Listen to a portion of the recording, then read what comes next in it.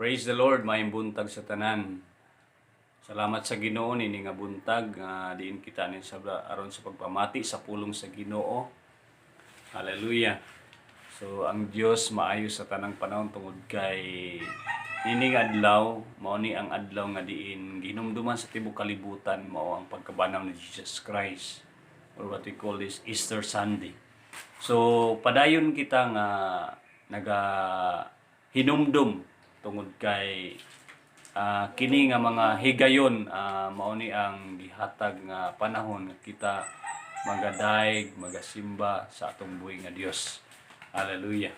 So awhagon ko ang matag usa nga maghatag higayon diya sa inyong matag usa ka panimalay nga atong saluan ang pulong sa Ginoo nga maghatag nato inspiration kaya sa atong pag-alaga hangtod sa pagbalik. Hallelujah. Magadukuta sa mga pag-ampo. Man nga langit noon intakna sa kabuntagon nagaduol ako diha kanimo. Na din ikaw ang Dios nga magapamuhat karon sa mong taliwala. Let your touch be upon your people, O God, as they listen to your word. Lord, open our hearts, our mind, and give us wisdom, Lord God, to understand your message. Salamat Ginoo nga kini mga pulong, Lord God, makapatandog gayud sa matag usa namo ka kinabuhi. Lord, dalaygong ka sa walay katapusan, ikaw magatabong ka namo si mong hamiling nga dugo. Pinaagi sa pangalan ng Ginoong Hesus. Amen ug amen. Hallelujah. So, this morning we'll be talking about Christ's resurrection, ang pagkabanhaw ni Jesus Christ. So, kung tan-aw nato dinhi sa pulong sa Ginoo nga atong mabasa diya sa Lucas kapitulo 24 bersikulo 1 o bisan pa sa tibuok kapitulo ni ana mabasa nato nga si Jesus Christ na banhaw. Now, usa ka prueba nga si Jesus Christ na banhaw is the empty tomb. Ang kanabang lubnganan nga wala nay sulod. So sa dihang si Jesus Christ namatay siya dito sa krus sa Kalbaryo. Gilubong siya unya sa katulo ka adlaw. Ang mga babae nga mga disciple ni Jesus niadto sa iyang lubnganan ug pagtan-aw pa niya wala nay sulod ang lubnganan, naabli na ang batong ang giali, wala nay sulod. That is the one of the proof nga si Jesus Christ nabanhaw gayud. Ikaduha, kaning undisturbed grave clothes. So pagtan-aw sa mga disciple nga naa ang bindahi, naa ang giputos sa patayng lawas ni Jesus, nakita nila nga nahibilin. So these are ikaduha nga prueba nga si Jesus Christ kay nabanhaw dito sa iyang lubnganan. Unya ikatulo, ang iyang pagpadayag, ang iyang mga appearances, ang iyang pagpakita sa iyang mga disciples, sa iyang mga tinun-an, nga tinuod gayud nga siya nabanhaw. Muna nga igsuon, nini nga buntag, usa ka nindot kaayo nga kanabang atong mapamalandungan nga si Jesus Christ once and for all namatay siya, unya sa ikatulo ka adlaw nabanhaw siya. So usa kana ka dako kaayo nga kanabang buhing paglaom alang kanato nga ang atong Dios nga gilagaran wala nagpabilin dito sa lubnganan kundili nabanhaw siya aron ikaw ga katagamtam o makaangkon og kasiguruhan nga bisan pag unsay mahitabo sa atong kinabuhi, mabuhi man ta o mamatay, mahimong makabaton kita og kasiguruhan nga kita ugma o sa pagbalik sa Ginoo makatagamtam gayud og kang pagkabanhaw o makatagamtam o kinabuhing walay katapusan. Now, the resurrection of Jesus Christ is scientifically impossible. Kung ang science ang paistoryahon, imposible kay mabanhaw ang sa katao. But historically is true. Ato makita nga all the historians talk about this, nga si Jesus Christ na banhaw.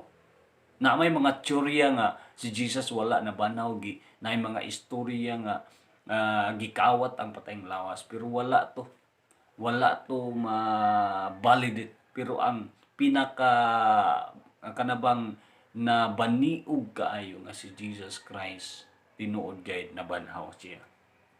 Now, the resurrection of Jesus Christ is history making. Nagpakita kini nga out of the human history, only one rose again o nabanhaw. Na may mga tao nga nabanhaw o nabuhi siya, being restored.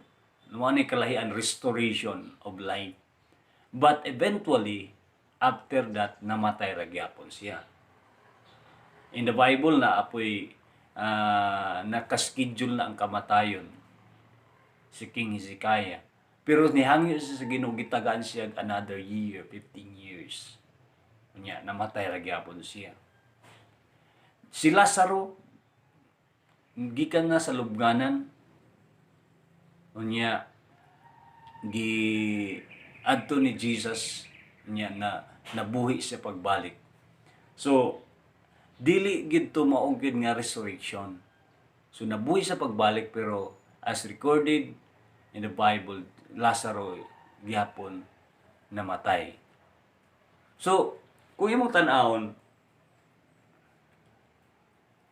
ang istorya din ni igsoon nga ang kamatayon ug ang pagkabanhaw ni Jesus is history making and earth shaking, makapatandog o makapauyog sa tibuok kalibutan. During the time sa dihang naid na baniog nga si Jesus Christ na banhaw, ang mga Saduceo, ang mga Pariseo, grabe ang ilahang paghimo og mga istorya nga dili dapat nato ni kuan nga nabaniog nga mabanhaw ang maong si Jesus Christ.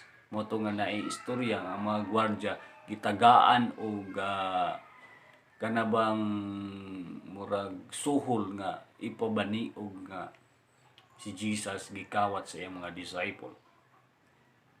Ang ikatulo igsoon, ang pagkabanhaw ni Jesus Christ is life transforming. Makapausab sa kinabuhi. Nganong man makapausab sa kinabuhi tungod kay it is kanabang makahatag kanato og buhing paglaom nga human di ay sa kinabuhi, human di ay mamatay ang tao, dunay pasalig niya nga kinabuhing walay katapusan. And that is an eternity changing. Mausab ang ang dagan sa atong pagkinabuhi nga diin makiadto kita sa kinabuhing walay katapusan. Hallelujah. Ang pangutana igsoon, what is the impact of His resurrection over our lives? Unsa kahay impact sa atong kinabuhi? Unsay mausab sa atong kinabuhi pinaagin sa pagkabanhaw ni Jesus? Yes, ang tibuok kalibutan naga-celebrate every year, nagahinumdom mahitungod sa pagkabanhaw ni Jesus. Pero ang pangutana, naabay na usab, naabay impact ang iyang pagkabanhaw sa atong kinabuhi. Or during the day lamang nga gihimo ang gitawag celebration, Holy Week or the Easter Sunday, mahinumduman lang nato ang pagkabanhaw ni Jesus. Maghatag lang kanato og impact. Pero dapat ang impact sa pagkabanhaw ni Jesus Christ is throughout the whole year, throughout our existence. Mabati nato nga tinuod gayud si Jesus. Adunay impact sa atong kinabuhi. Now, what is the impact of His resurrection over our lives? Tulo ka butang nga atong isgutan igsoon ini nga buntag mahitungod sa impact sa atong kinabuhi. First is, it must change our conversation. Dapat mausab the way ang ato ang pagpanulti, ang atong conversation. Now, Kung tanaw na to, sa dihang nahitabo ang kaning gitawag virus, coronavirus. Adunay impact kini sa matag usa nga mga tao. And of course, it has an impact in their conversation. It changes our conversation. Kung imong tan-awon, last year, 2019, lahi ang dagan sa kinabuhi nato. Lahi ang atong sinultihan. Maybe, kung makahinumdum mo, last year, people are talking about money, talking about millions, talking about thousands of money because of some investment nga naghatag promise sa mga tao nga makatagamtam niini. It changes our conversation. Every now and then mag-istorya kwarta-kwarta. But today, as the coronavirus naghimong pandemic sa atong tibok kalibutan, even sa mga balita, sa mga Facebook post, sa mga timelines, sa internet, bisag asa ka mo adto, ang istorya, ang gina-istoryahan is about coronavirus. Dunay dako nga impact. It changes the conversation. Dapat sa Kristohanon, the resurrection of Jesus Christ changes our conversation. Nga bisan taliwala di ay sa kakrisis, taliwala sa gitawag nga pandemic nga nahitabo sa kalibutan, we have a living hope in Jesus Christ in which He was risen, na banhaw siya o nahimo siyang nikayam ngadto sa langit o nag-andam og luna alang kanimo kanako. Ang tanan mga balatian, ang tanan ka klase nga sickness and diseases gipakamatyan niya dito sa krus sa Kalbaryo. Ug angayan lamang nga maghatod kinig dakong paglaom kanato nga ato kanunay maater atong masulti kanunay nga si Jesus Christ ang buhi natong paglaom kay siya nabanhaw. Mao ni dapat ang maistoryahan nato kanunay ang life ni Jesus, ang resurrection ni Jesus. Let us talk about Christ's resurrection nga makahatag benepisyo sa ato ang kinabuhi. Igsoon ang pulong sa Ginoo nga ingon pa, I am the resurrection and life. He who believes in me, even she dies, she will live. So, kung imong tan-aw na nga verse sa pulong sa Ginoo, kana bang maghatag kanato og kanang buhing paglaom nga bisan pag naay kamatayon pero tungod sa pagkabanaw ni Jesus gipasaligin taniya na siya ang resurrection, siya ang pagkabanaw. It must change our conversation. Na trending kayo si coronavirus, pero ang pangutana, si Jesus Christ trending baka sa imong kinabuhi. Kanunay baka nimo gihuna-una, kanunay baka nimo ginasulti mahitungod ni Kristo Jesus nga di nabanhaw siya ug naghatag siya paglaom sa matag usa nato kinabuhi. Jesus Christ is risen igsoon. Nindot ka itong sa kaawit nga, because He lives, I can face tomorrow. Bisan pag-unsay mga problema nato, bisan pag-unsa nga makahimtang nato, tungod kay nabanaw si Jesus Christ, doon natin buhing paglaom. We can face our tomorrow. Hallelujah. It must change our conversation. Sa imong sinultihan igsoon, kumusta imong dawi ka nga nakigistorya sa uban, dawi ka nga nagahimo og mga post, dawi ka nga nagahimo ka og mga butang sa imuhang mga dawi ka nga communicate other people. It must change our communication, it must change our conversation. This week igsoon, try to transform or to change the mood of your conversation. Change it. Talk about the risen Christ. Talk about how Jesus has risen from the dead.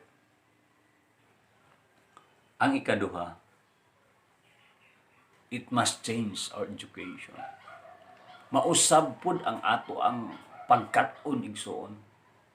Education talks about not only the gitawag ka ng secular education. Yes, tinuod bag-eskwela ta. Some other students are worried about their education because na stop for a while because of the pandemic.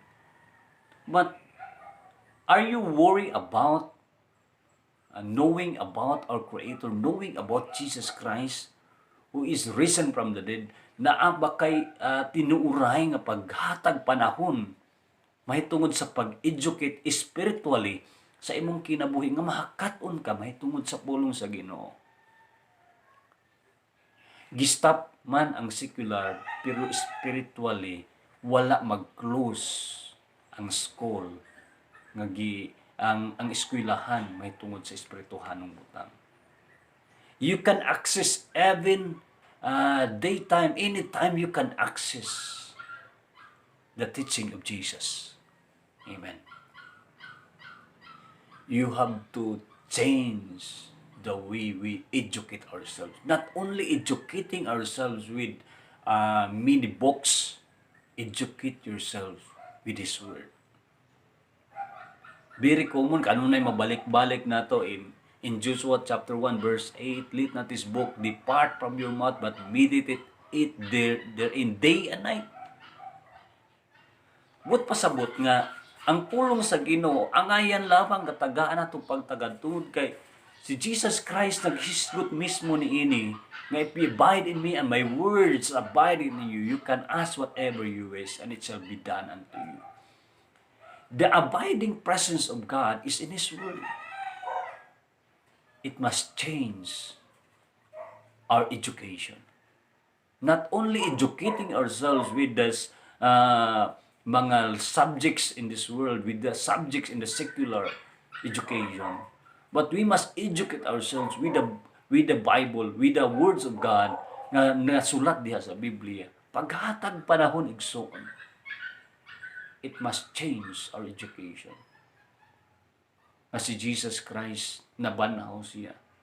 Sa dihang magtuon ka sa pulong sa Ginoo, it will always come into your mind nga si Jesus Christ naghatag buhing paglaom kanako.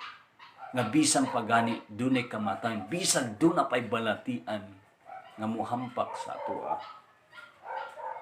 Maghatag siya buhing paglaom nimo nga dunay pagkabanhoy. So, study His Word. Tagaig pagtagad ang pulong sa Ginoo. Ingon pa, study to show thyself approved unto God.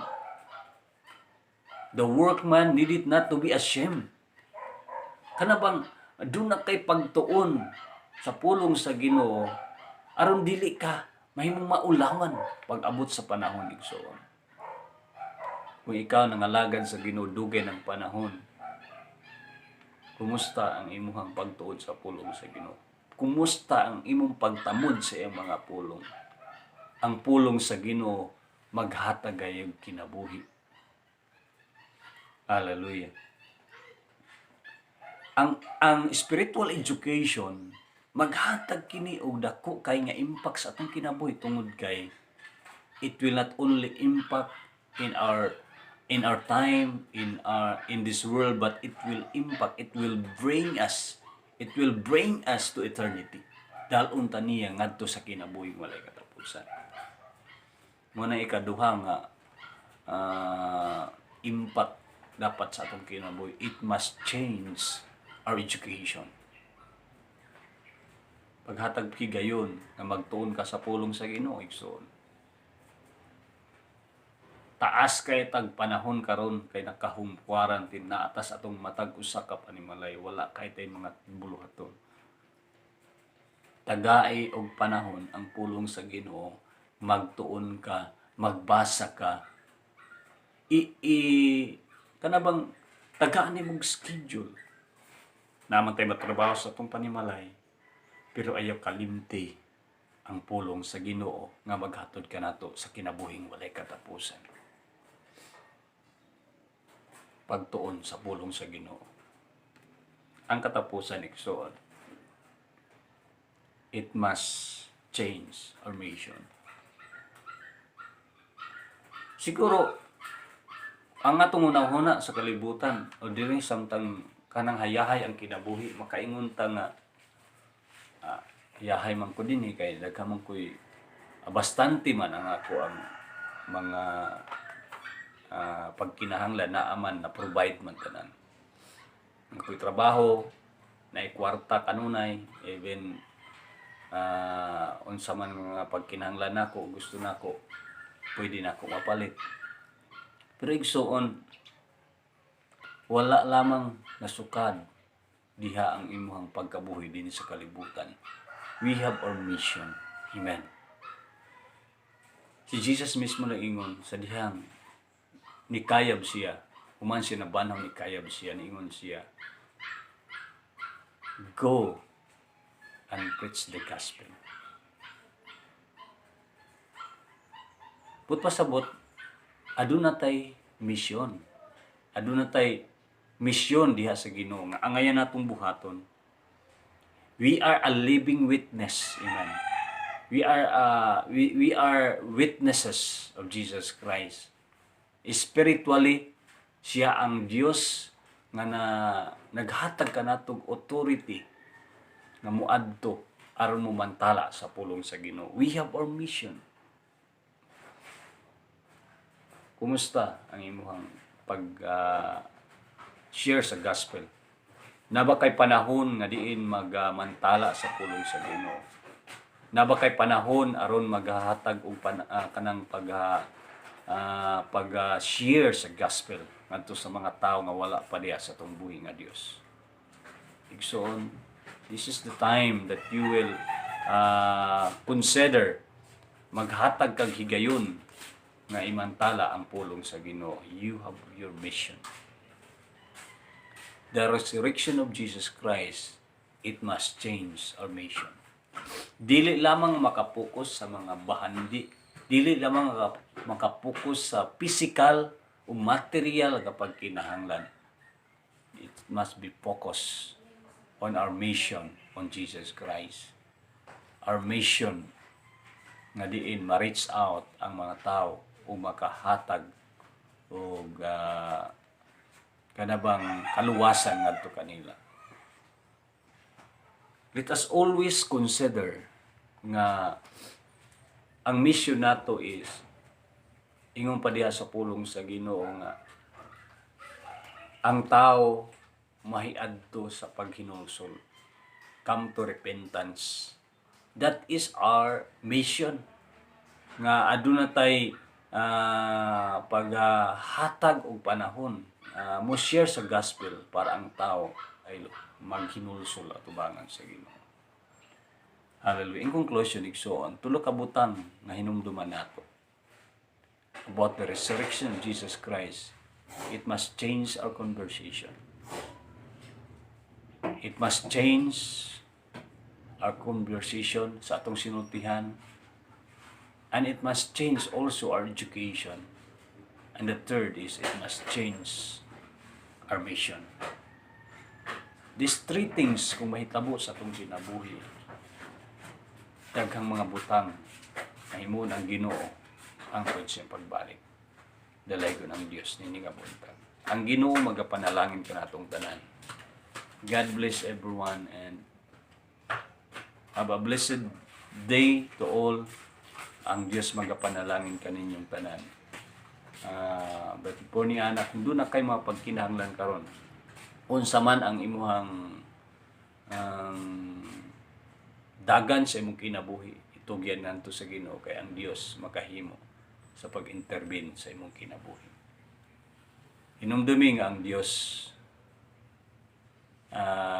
gihatag niya ang tanan aron og ikaw ug ako makatagamtam sa kinabuhing walay katapusan. Hallelujah. As I pray this morning, do ko imong ulo o Hindi na kay balatian tibuot itapion ang imuhang tuong kamot sa mga party na balatian o himua nga tuhan nimo ang Dios nga nabanhaw makahimo sa pag-ayo sa tanang matang balatian. Aman nga langit no ni taknas nga tagon nagadula kundi kanibuan sa pagpugos ng pagaling nga wala gyud yung mahimo wala ikaw. Ngayon mga katawan Lord God sa tagpanimalay unsa man ila makahimtang pagkinahanglan ikaw ang Dios nga magapamuhat ngadto sa ilang kinabuhi.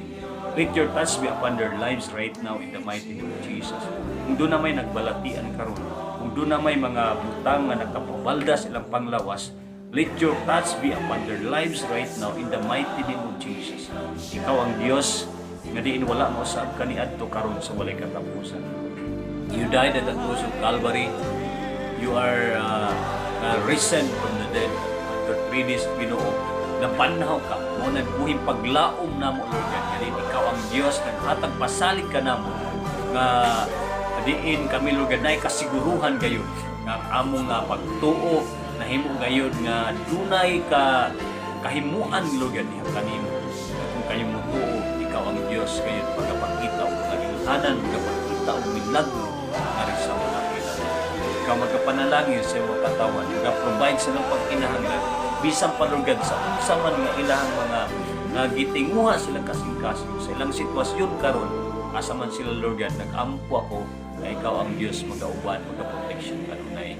Salamat Ginoo. I declare blessing upon their lives. I declare healing to their body. I declare provision upon their lives, O God. Sa tanang pagkinahanglan financial, physical, material, and spiritual imong i-provide. Salamat Ginoo nga ang imong pagkabanhaw maghatag ka namo og kabaguhan, maghatag ka namo Lord God og transformation in our conversation, in our education, and even in our mission. We will be always Lord God mahimong makakunik kini kanunay diha Lord God sa imong mga puno. Dalaygon ka sa walay katapusan ini nga puno. Dalaygon ikaw glory and honor to gloriously in the mighty name of Jesus. Amen. Have a blessed Sunday and continue in serving the Lord faithfully. God bless everyone. Because He lives, I can face tomorrow. Because He lives, all fear is gone. Because I know He holds a future, and life is worth the living just because He lives. God sent His Son, they called Him Jesus. He came to love, heal and forgive.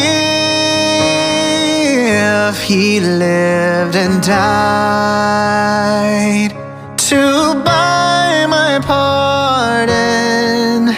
An empty grave is there to prove my Savior lives.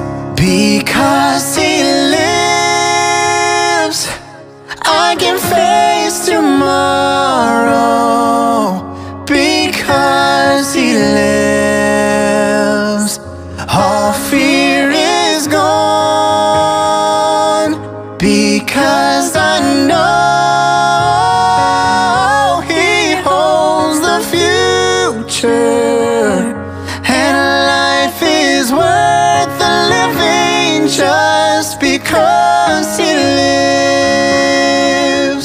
And then one day I'll cross the river, I'll fight life's fight, no war with pain.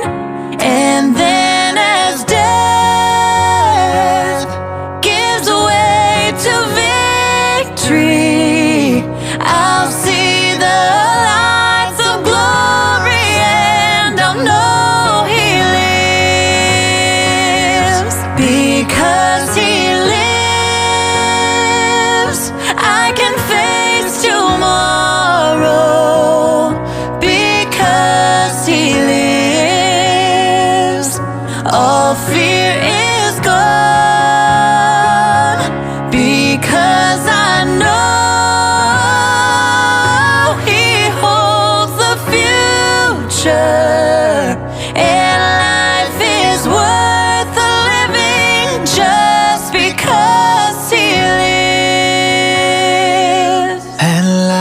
is worth the living just because He lives. Then sing